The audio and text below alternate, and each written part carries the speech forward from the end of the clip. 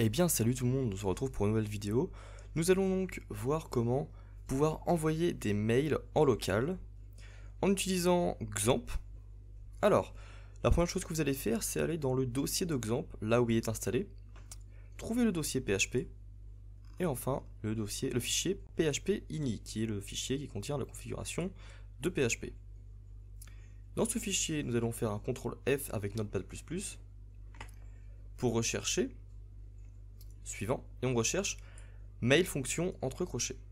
Donc mail function qui va être l'endroit où tout est défini, la configuration du mail est définie. Donc vous aurez une configuration sans doute différente avec SMTP en localhost par exemple. Nous, on va utiliser donc les serveurs de messagerie de Gmail. Vous devez donc écrire cette ligne smtp égale smtp.gmail.com. Pour SMTP port, on va utiliser le port 587. Ensuite, send mail from, vous utilisez votre adresse mail.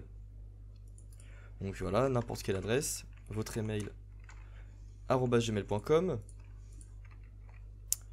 Le sendmail path, qui sera donc l'endroit du sendmail.exe, donc l'exécutable. Alors je vais vous montrer tout de suite, je vais fermer ceci. Hop.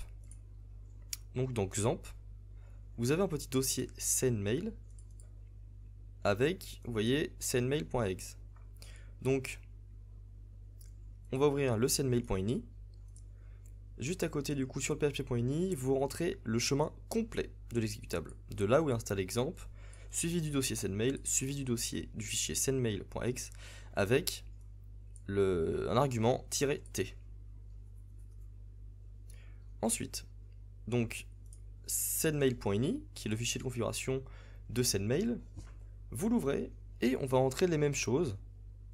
Enfin là vous verrez plein de commentaires, donc je vous conseille donc de tout supprimer et d'écrire ce qu'il y a à l'écran.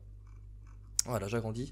Donc sendmail entre crochets avec le serveur SMTP, le port, error log file, debug log file et enfin les plus importants, auth username qui sera l'adresse mail que vous avez entrée juste ici dans le php.ini, suivi de mot de passe de votre compte Gmail. Et en force sender, on rentre aussi l'adresse email. Donc au total, il va falloir rentrer 3 fois votre adresse mail personnelle. Voilà. Une fois ceci effectué, vous n'aurez plus qu'à redémarrer WAMP s'il était déjà démarré, ou alors tout simplement exécuter WAMP, et vous pourrez essayer d'envoyer un mail en PHP.